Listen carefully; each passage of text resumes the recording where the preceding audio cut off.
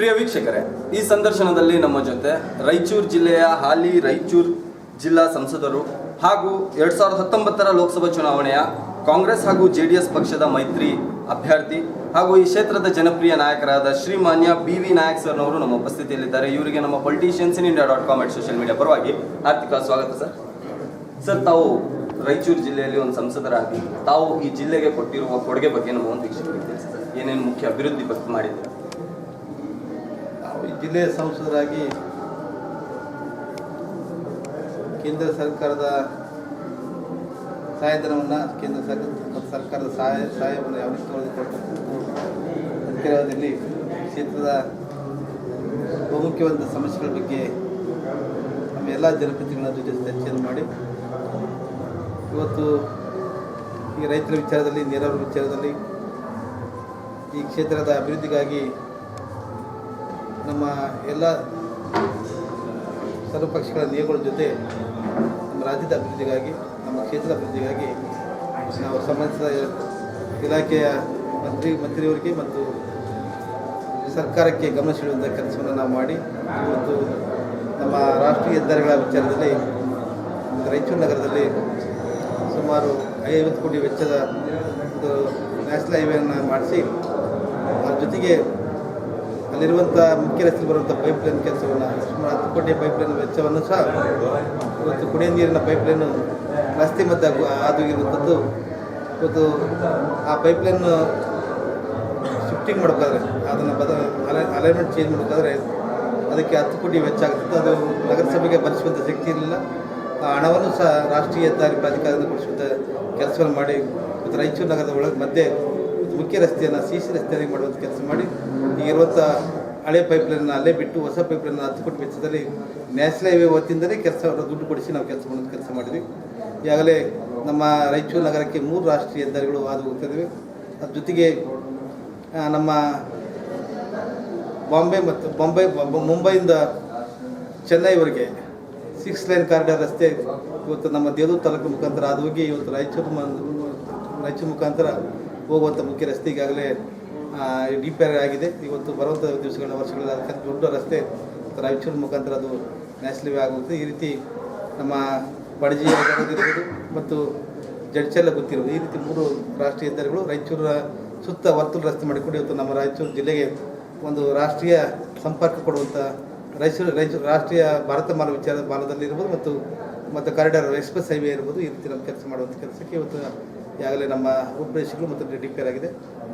ಅದ್ರ ಜೊತೆಗೆ railway line ವಿಚಾರದಲ್ಲಿ ಗಿಣಿಗೆರೆ ಮೈಬೂರ ರೈಲ್ವೆ ಲೈನ್ ಎಲ್ಲಿ ಡೆಸ್ಟಿನೇಷನ್ ಸ್ಟಾರ್ಟ್ ಆಗಿದೆ, ಆ ಕಡೆ ಗಿಣಿಗೆರೆಯಿಂದ ಅದು ಪ್ರಾರಂಭ ಆಗಿದೆ.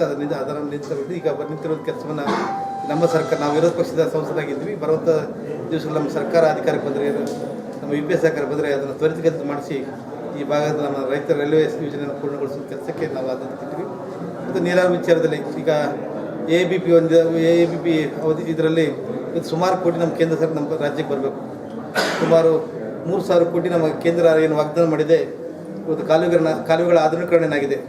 ಇವತ್ತು ನಮ್ಮ ನಾರಾಯಣಪುರ ಎಡದಂಡೆ ಕಾಲುವೆಗಳ ಆಧುನೀಕರಣ ಈ ಭಾಗದಲ್ಲಿ ಶಾಪುರ ಸುಪ್ಪ ಯಾದಗಿರಿ ಕ್ಷೇತ್ರದಲ್ಲಾಗಿರುವಂಥ ಸುಮಾರು 5,000 ವರ್ಕ್ ಇದಕ್ಕೆ ಇವತ್ತು ರಾಜ್ಯ ಸರ್ಕಾರನೇ ಪೇಮೆಂಟ್ ಮಾಡಿದೆ. ಆ ಹಣವು ಸಹ ಕೇಂದ್ರ ಸರ್ಕಾರ ಬರುವಂಥದ್ದು AABP ಸ್ಕೀಮಲ್ಲಿ ಅದನ್ನು ಅಬಲಿಷ್ ಆಗಿ ಮೊನ್ನೆ ಈಗ ಸರ್ಕಾರ ಬಂದಮೇಲೆ ಅಬಲಿಷ್ ಆಗಿ ಹಣ ಸಹ ಬಂದಿಲ್ಲ. ಅದಕ್ಕೆ ಹಣವನ್ನು ತೆಗೆದುಕೊಳ್ಳೋದಕ್ಕೆ ಪ್ರಯತ್ನಕ್ಕೆ ನಾವು ಕೇಂದ್ರದಲ್ಲಿ ಪ್ರಯತ್ನವನ್ನು ಪಡ್ತಾ ಇದ್ವಿ.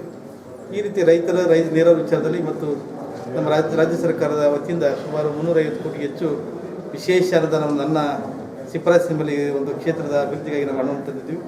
ಇನ್ನು ನಾವು ಬರೀ ಸಂಸದರ ಅಧಿಕಾರದ ಅವಧಿಯಲ್ಲಿ ಮಾತ್ರ ಸೀಮಿತವಾಗಿ ನಾವು ನಮ್ಮ ಅಧಿಕಾರವನ್ನು ಮಾಡದೆ ನಮ್ಮ ಸಾಮರ್ಥ್ಯವನ್ನು ಮೀರಿ ಇವತ್ತು ನಾವು ನಮ್ಮ ಕ್ಷೇತ್ರದಲ್ಲಿ ಕೆಲಸ ಮಾಡಲಿಕ್ಕೆ ರಾಜ್ಯ ಸರ್ಕಾರದ ಸಹಾಯ ಇರ್ಬೋದು, SCP DSP ಯೋಜನೆ ಇರ್ಬೋದು ಮತ್ತು HKDP ಮ್ಯಾಕ್ರೋ ಅನುದಾನದಲ್ಲಿ ಹೆಚ್ಚಿನ ಅನುದಾನವನ್ನು ನನ್ನ ರಾಯಚೂರು ಲೋಕಸಭಾ ಕ್ಷೇತ್ರಕ್ಕೆ ಕೊಡುವಂಥ ಕೆಲಸಕ್ಕೆ ನಾನು ಈ ಒಂದು ಜಿಲ್ಲೆಯಲ್ಲಿ ಪ್ರಾಮಾಣಿಕ ಪ್ರಯತ್ನವನ್ನು ಮಾಡಿದ್ದೇನೆ.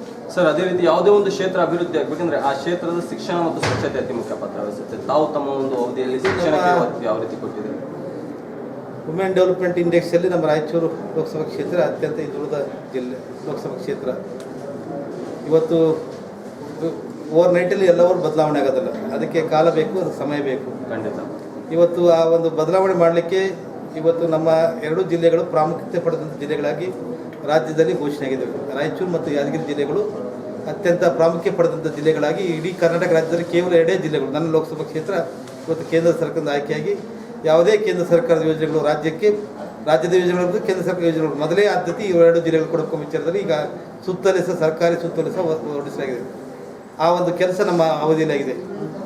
ನಮ್ಮ ನೀತಿ ಆಯೋಗದಿಂದ ಈ ಒಂದು 2 ಜಿಲ್ಲೆಗಳನ್ನು ಇವತ್ತು ಒಟ್ಟಾರೆ ದೇಶದಲ್ಲಿ 15 ಜಿಲ್ಲೆ ಮತ್ತು ಪ್ರಾಮುಖ್ಯತೆ ಪಡೆದಂಥ ಜಿಲ್ಲೆ ನನ್ನ ರಾಯಚೂರು ಲೋಕಸಭಾ ಕ್ಷೇತ್ರ.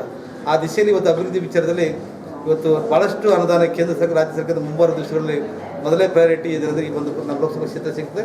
ಮತ್ತು ಅದ್ರ ಜೊತೆಗೆ ನಮ್ಮ ಭಾಗ 3 ಶೆಡ್ಯೂಲ್ ಜೆಎಲ್ ವ್ಯಾಪ್ತಿಯಲ್ಲಿ ಬರೋದರಿಂದ ಅದರ ಒಂದು ವಿಶೇಷ ಅನುದಾನ ಸಹ ನಮ್ಮ ಜಿಲ್ಲೆಗೆ ನಮ್ಮ ಲೋಕಸಭಾ ಕ್ಷೇತ್ರ ಬರ್ತದೆ. ಖಂಡಿತವಾಗಿ ಈ ಕ್ಷೇತ್ರ ಬರುವಂಥ ದಿವಸಗಳಲ್ಲಿ ಎಲ್ಲ ಪ್ಯಾರಾಮೀಟರ್ ಅಭಿವೃದ್ಧಿ ಆಗುವಂಥ ವಿಚಾರದಲ್ಲಿ ಮುನ್ನುಗ್ಗುತ್ತದೆ. ಈಗಾಗಲೇ ನಾವು ನಮ್ಮ ಲೋಕಸಭಾ ಕ್ಷೇತ್ರ ನಮ್ಮ ಜಿಲ್ಲೆಯನ್ನು ಹಾಸನ ಜಿಲ್ಲೆಗೆ ಕಂಪೇರ್ ಮಾಡಿ ಯಾವ ಡೆಸ್ಪರಿಟಿ ಇದೆ, ಯಾವ ಮಾನದಂಡಗಳು ನಾವು ಹಿಂದುಳಿದೀವಿ, ಎಷ್ಟು ಕಿಲೋಮೀಟರ್ ನಮ್ಮ ಹೈಸ್ಕೂಲ್ ಇರಬೇಕು, ಎಷ್ಟು ಕಿಲೋಮೀಟರ್ಗೆ ಹಾಸ್ಟೆಲ್ಗಳು ಇರಬೇಕು, ಎಷ್ಟು ಕಿಲೋಮೀಟರ್ಗೆ ನಮ್ಮ ವಸತಿ ಸೇವೆಗಳಿರಬೇಕು, ಮತ್ತು ರಸ್ತೆಗಳು ಚರಂಡಿಗಳು ಬೇರೆ ಮುಂದುವರೆದಂಥ ಜಿಲ್ಲೆ ಹಾಸನ ಜಿಲ್ಲೆಗೆ ಕಂಪ್ಯಾರಿಸನ್ ಮಾಡಿ ಒಂದು ಸರ್ವೆಯನ್ನು ಮಾಡಿಸಿದ್ವಿ ನಾವು.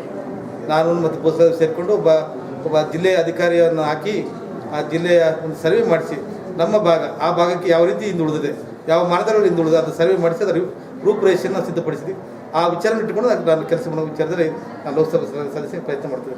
ಖಂಡಿತ ತುಂಬ ಒಳ್ಳೆಯ ವಿಚಾರ ಸರ್. ಈಗ 2019ರಲ್ಲಿ ಮತ್ತೊಮ್ಮೆ ತಮಗೆ ಒಂದು ಸಂಸದರಾಗಿ ತಾವು ಒಂದು ಆಶೀರ್ವಾದ ಮಾಡಿ ತಮಗೆ ತಾವು ಹೊರಹೊಮ್ಮಿದ್ದಾರೆ ಆಯ್ಕೆಯಾಗಿ, ಏನು ಒಂದು ಆಶ್ವಾಸನೆ ಕೊಡ್ತೀರಾ ಸರ್? ಏನು ಅಭಿವೃದ್ಧಿ ಮಾಡಿ? ನಾನು ಮೊದಲೇ ಆದ್ಯತೆ ನನ್ನ ರಾಯಚೂರು ಜಿಲ್ಲೆಗೆ ಒಂದು ವಿಮಾನ ನಿಲ್ದಾಣ ಮಾಡಲಿಕ್ಕೆ ನಾನು ಪ್ರಯತ್ನ ಮಾಡಬೇಕಂತ ವಿಚಾರದಲ್ಲಿ ಈಗಾಗಲೇ ಅದು ನಿಗದಿಯಾದಂಥ ನಮ್ಮ ಸ್ಥಳ ಸುಮಾರು 400 ಎಕರೆ ನಮ್ಮ ರಾಯಚೂರು ಹತ್ತಿರದಲ್ಲಿದೆ. ಅದು YTPS ಚಿಮಣಿ ಬಂದಿರೋದ್ರಿಂದ ಆ ಒಂದು ವಿಸಿಬಿಲಿಟಿ ಇರೋದಕ್ಕೋಸ್ಕರ ಅದನ್ನು ಬೇರೆ ಕಡೆ ಭೂಮಿಯನ್ನು ತೆಗೆದುಕೊಂಡು ಒಂದು ನಮ್ಮ ರನ್ವೇ ಮಾಡಿ ಒಂದು ವಿಮಾನ ನಿಲ್ದಾಣ ಆದರೆ ನಮ್ಮ ಜಿಲ್ಲೆ ಜನರು ಈ ದೇಶದ ಎಲ್ಲ ಭಾಗದ ಜೊತೆ ಸಂಪರ್ಕ ಪಡೆಯುವಂಥ ವ್ಯವಸ್ಥೆಗೆ ನಾನು ಆ ಕೆಲಸವನ್ನು ಮಾಡುವಂಥ ವಿಚಾರವನ್ನು ಇಟ್ಕೊಂಡಿದ್ದೇನೆ. ಸರ್ಕಾರ ಬಂದರೆ ಖಂಡಿತ ಸರ್. ಕೊನೆಯದಾಗಿ ನಿಮ್ಮ ಒಂದು ರಾಯಚೂರು ಜಿಲ್ಲೆಯ ಮತದಾರರಿಗೆ ನಮ್ಮ ಒಂದು ಮಾಧ್ಯಮದ ಮುಖಾಂತರ ನನ್ನ ಲೋಕಸಭಾ ಕ್ಷೇತ್ರದ ಜನರಿಗೆ ನನ್ನ ತಂದೆಯವರು ಕರೆದು ನಾನು ಚಿರಪರಿಚಿತಿದ್ದೇನೆ. ಇಲ್ಲಿ ಪಕ್ಷದಕ್ಕಿಂತಲೂ ನನ್ನ ಪಕ್ಷಕ್ಕಿಂತಲೂ ಎಲ್ಲರೂ ನನ್ನ ನನ್ನ ಸ್ನೇಹಿತರಿದ್ದಾರೆ, ನನ್ನ ಅಭಿಮಾನಿಗಳಿದ್ದಾರೆ, ನನ್ನನ್ನು ಇಷ್ಟಪಡೋರಿದ್ದಾರೆ, ಪ್ರೀತಿಸೋರಿದ್ದಾರೆ. ಇಲ್ಲಿ ನಮಗೆಲ್ಲರೂ ಸಹಕಾರ ಮಾಡ್ತಾರೆ ಎಂಬ ವಿಶ್ವಾಸ ನನಗಿದೆ. ಅದಕ್ಕಾಗಿ ನನ್ನ ಈ ಸಲ ಚುನಾವಣೆಯಲ್ಲಿ ನಾನು ಗೆಲ್ಲೋದ್ರಲ್ಲಿ ಯಾವುದೇ ರೀತಿ ಅನುಮಾನ ಇಲ್ಲ. ಮತ್ತು 2 ಪಕ್ಷಗಳ ನನ್ನ ಬೆನ್ನಿಗೆ ನಿಂತವೆ. ಕಾಂಗ್ರೆಸ್ ಮತ್ತು ಜನತಾದಳ 2 ಪಕ್ಷಗಳ ಕಾರ್ಯಕರ್ತರು ಮುಖಂಡರ ಜೊತೆಗಿದ್ದಾರೆ. ಖಂಡಿತವಾಗಿಯೂ ಈ ಚುನಾವಣೆ ಗೆಲ್ಲುವಂಥ ವಿಶ್ವಾಸ ನನಗಿದೆ. ತಾವು ಕೇಳಿರಲ್ಲ ವೀಕ್ಷಕರೇ, ಹಾಲಿ ಸಂಸದರಾದ BV ನಾಯಕ್ ಸರ್ನವರ ಮಾತುಗಳನ್ನು. ಇವರ ಬಗ್ಗೆ ಇನ್ನಷ್ಟು ಮಾಹಿತಿಗಾಗಿ ಲಾಗ್ ಆನ್ ಮಾಡಿ www.politiciansinIndia.com. ಜೈ ಹಿಂದ್, ಜೈ ಕರ್ನಾಟಕ.